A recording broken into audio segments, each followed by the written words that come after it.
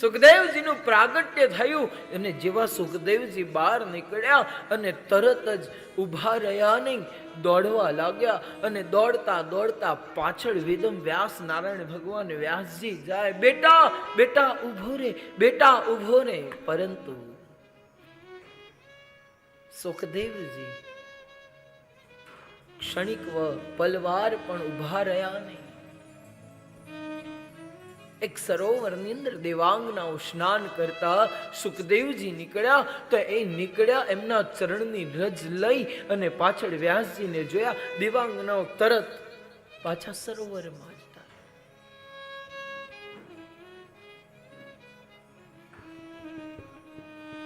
વ્યાસ નારાયણ ભગવાને કીધું,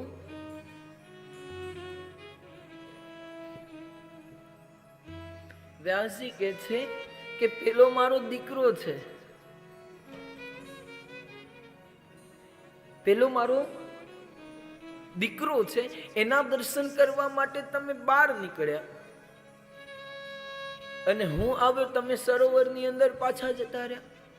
અને દેવાંગનાઓએ કીધું કે વ્યાસજી, તમને હજુ માયાનો સંક્યાણીની અંદર તમે ગૂંચવાયેલા છો. તમારો જે દીકરો છે ને એ માયાથી પર છે, માયાપતિને આધીન છે. એટલે જ કહેવાય ને, માયા માયા સબકો ભજત હૈ और माधव भजे न को. एक बार माधव भजे फिर माया कहाँ से हो. માયા માયા તો તમને શું અડી શકે, માયાપતિ તમારી સાથ.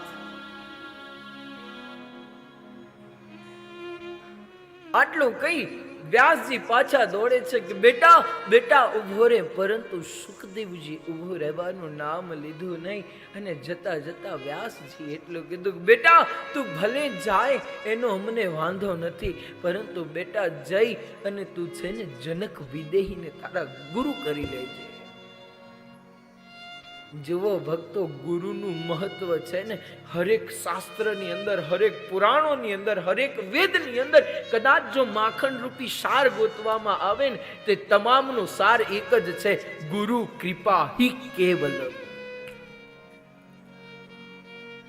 તમે ડાયરેક્ટ મને પ્રશ્ન પૂછો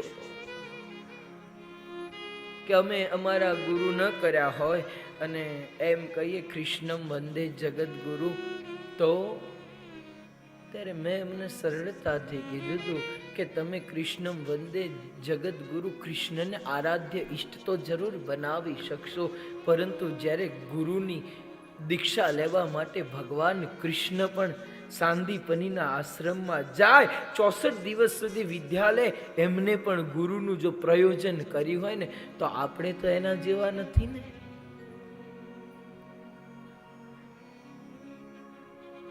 તો આપણે પણ ગુરુ કરી લેવું. વ્યાસજીએ સુખદેવજીને કીધું કે જાય ને બેટા તો તું ભલે જાય, પરંતુ જનક વિદેહીને જઈ ત્યાં ગુરુ મંત્ર દીક્ષા લેજે.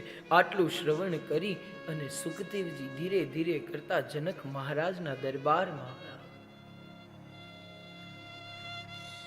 જનક મહારાજના દરબારમાં જઈ આ જનક મહારાજના ત્યાં ગુરુ મંત્ર દીક્ષા લેવા માટે એમ પરીક્ષાઓ પાસ કરવાની, પરીક્ષાઓ પાસ કરવાની હતી કે કેવી રીતે પરીક્ષાઓ લેવાય. એમ પહેલા ઓરડાની અંદર, પહેલા કક્ષની અંદર ગયા તો વૈભવી કપડા, વૈભવી વસ્ત્રો હતા, એને પરિત્યાજ કર્યો. એના પછીના કક્ષની અંદર ગયા તો વિવિધ પ્રકારની દેવાંગનાઓ જેમનું સ્વાગત કર્યું પરંતુ મોહિત બન્યા નહીં. એના પછીના કક્ષની અંદર ગયા તો અપ્સરાઓ હતી, ત્યાં પણ મોહિત થયા નહીં. એના પછીના કક્ષની અંદર ગયા તો સમન્વય, સમુદ્રના સારોના જેમ સમન્વય એકત્રિત થાય એમ ત્યાં રૂપ રંગથી મોહિત બનેલા અપ્સરાઓનું નિરૂપણ હતું, ત્યાં પણ મોહિત થયા નહીં. એના પછીના કક્ષની અંદર જેવો આમ દરવાજો ખુલ્યો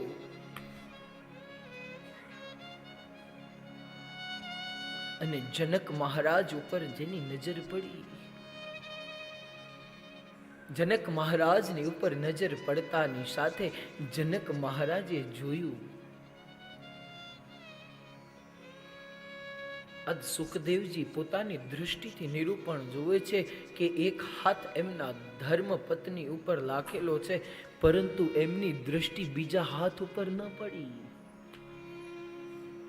અને બીજા હાથ ઉપર ન જોયું.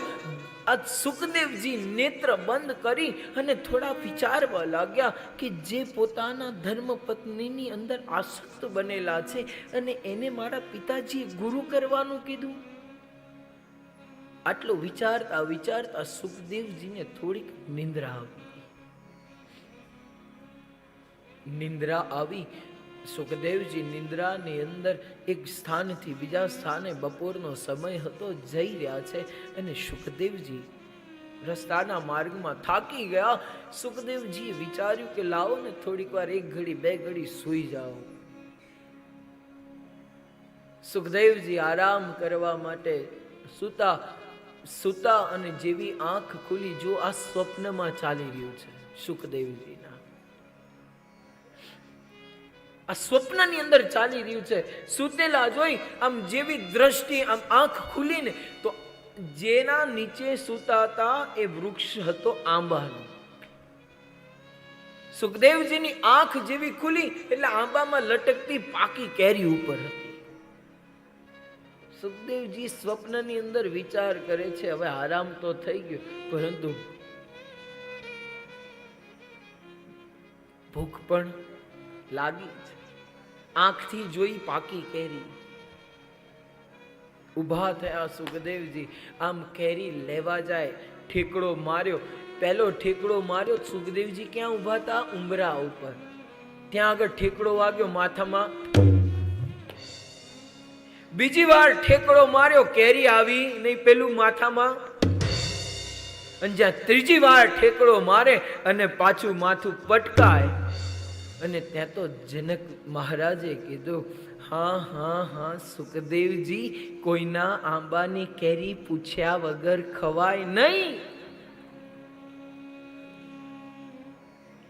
જ્યાં આટલું કીધું ને, સુખદેવજી નેત્ર બંધ કરીને ખુલ્યા. એ તો મને તો જાણી ગયા, પરંતુ મારા અંદર કયું સ્વપ્ન ચાલતું હતું એને પણ જાણી ગયા. અને ત્યારે સુખદેવજી નજીક જાય તો એક હાથ એમના ધર્મ પત્નીના ગોદમાં હતો અને જ્યારે બીજો હાથ જોયો ને તો અગ્નિની જ્વાળાની અંદર જલતો હતો. સુખદેવજીએ જનક મહારાજની જોડે ગુરુ મંત્ર દીક્ષા લઈ અને ત્યારથી નીકળે છે. પરંતુ આ બાજુ વ્યાસ ભગવાન ચિંતિત હતા. વ્યાસજી ચિંતિત બન્યા. નારદજી આવી અને નારદજી કહે છે કે વ્યાસજી કેમ ચિંતિત છો? પહેલા તો શાસ્ત્રની રચના નથી કરી ત્યારે ઉદાસ હતા, અને હવે પ્રભુ શાસ્ત્રની રચના થઈ ગઈ પરંતુ પ્રચારક કોઈ નથી. તમે જાણો તો છો, સુખદેવ તો ચાલ્યા ગયા છે. અને ત્યારે કીધું કે કામ કરો વ્યાસજી, તમારા જે વ્યાસ આશ્રમના જે બાળકો છે ને એને વેણુ ગીતના શ્લોકોનું શ્રવણ કરાવી તમે એને ગોતવા માટે જંગલની અંદર મોકલી દો. અને 4 બાળકો આવે આ બાજુ ગુરુ મંત્ર દીક્ષા લઈ. સુખદેવજી બસ ગંગાના તટ ઉપર હરતા ફરતા જંગલની અંદર બસ ગુરુના મંત્રનું રટન કરે છે. હવે જુઓ ભક્તો, પ્રમાણ અહીંયા સાર્થક થાય કે ગુરુના મંત્રનું રટન કરો ને તો ભાગવતનો તમને સાક્ષાત્કાર થાય અને થાય. સુખદેવજીએ મંત્ર દીક્ષા લીધી કોની જોડે? જનક મહારાજ જોડે. જનક મહારાજ જોડે ગુરુ મંત્ર દીક્ષા લીધી. ત્યાંથી હરતા ફરતા ગુરુ મંત્રના જાપ કર્યા. અને બીજી બાજુ વ્યવસ્થા ગુરુ દ્વારા, નારદજી દ્વારા કહેવામાં આવ્યું કે તમારા 4 બાળકોને મોકલો એમને ગોતવા. એના પરથી સાર્થક એ થાય ભક્તો કે તમે ગુરુ મંત્રના જાપ કરશો ને તો મારો ગુરુ છે ને આપોઆપ તમને પરમાત્માના દર્શન સુધી લઈ જશે.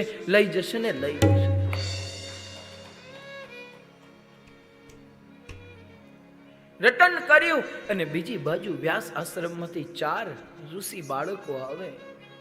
અને ઋષિ બાળકોએ સુંદર મજાના નાદ કરતા બરહા પીડમ નટવર વપુ કર્ણયો કર્ણિકારમ બિભ્રદવાસઃ કનક કપિશં વૈજયંતીમ જમાલા રંધ્રાન વેણુ અધર સુધયા પૂરયન ગોપ વૃંદૈ વૃંદારણ્યમ સ્વપદ રમણા પ્રાવિશત.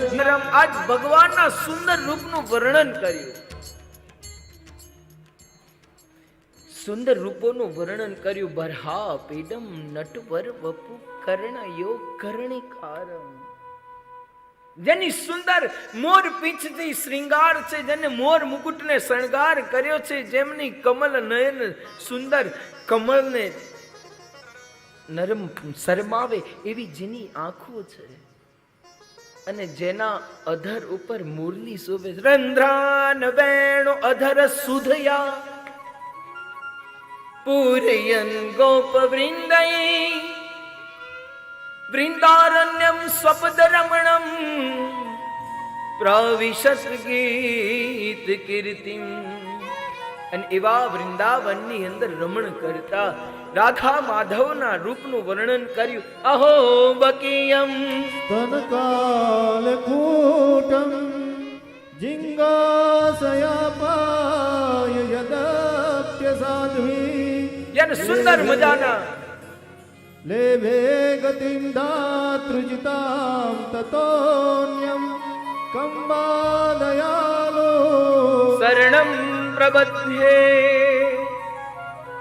સુંદર મજાના શ્લોકોનું નિરૂપણ થાય. આ બાજુ સુખદેવજીના કર્ણ નયન ધ્વનિથી જેમ પરમાત્માના શ્લોકોનું નિરૂપણ જેમ પ્રેમના હૃદયસ્થ થઈ અને જ્યારે પવનના વાયુના વેગેથી પ્રકૃતિની અંદર ફેલાવી ચારે બાજુ વ્યાપ્ત વળે, અને એ પ્રકૃતિના અંદરની અંદર જ્યારે કમલ નયન રૂપી પુષ્પ ખીલતું હોય એવી રીતે ખિલખિલાટ કરતું આમ તરંગોની જેમ હવાના તરંગોથી વાયુના તરંગોથી સુખદેવજીના કર્ણની અંદર જાય, કર્ણના અંદરથી પ્રવેશી સુખદેવજીના મનની અંદર રહેલા ગુરુ મંત્રના જાપની શુદ્ધિ પરમાત્માના પ્રેમ સુધી લઈ જાય. અને એ પ્રેમથી પરમાત્માના પ્રેમથી આજ સત્વ તત્વની ખોજની અંદર સુખદેવજી આજ વ્યાકુળ બની અને ગોતવા નીકળ્યા. સુખદેવજી મનોમન વિચાર કરે છે, આટલો સુંદર નાદ ક્યાંથી આવે છે, આટલો સુંદર અવાજ કોનો શ્રવણ થાય છે. આટલા નાથના દર્શન કરવા માટે પોતાનું જીવને ઝંખવી નાખે એવી તત્પર્ય જાગી અને જિજ્ઞાસા જાગી કે હું શું કરું, કેમ કરું. અને આ જે શ્લોકોનું શ્રવણ થાય છે એવા બીજા કેવા શ્લોકો હશે, કેટલા શ્લોકો હશે, મારે એને શ્રવણ કરવું છે.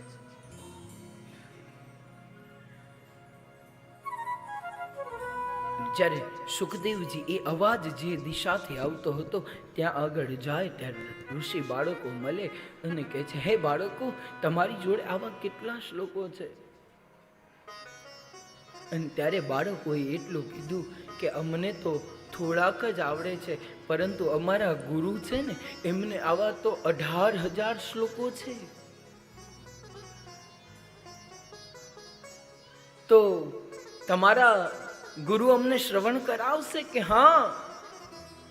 અને સુખદેવજી ત્યાંથી ધીરે ધીરે ધીરે કરતા સરસ્વતીના કાંઠે આવ્યા. બદ્રી વિશાળ ક્ષેત્રની અંદર પ્રવેશ્યા. વ્યાસ આશ્રમની અંદર વચ્ચેથી ગંગા મૈયા અલકનંદા રૂપે બિરાજમાન થયા. આ બાજુ વ્યાસ નારાયણ ભગવાન, સામેના કાંઠે સુખદેવજી. અને સુંદર મજાનું વ્યાસજી દ્વારા સુખદેવજીને ભાગવતમ રસપાન થાય છે. બોલીએ શ્રી ભાગવતમ મહાપુરાણ કી જય. ભાગવત ભગવાન કી જય.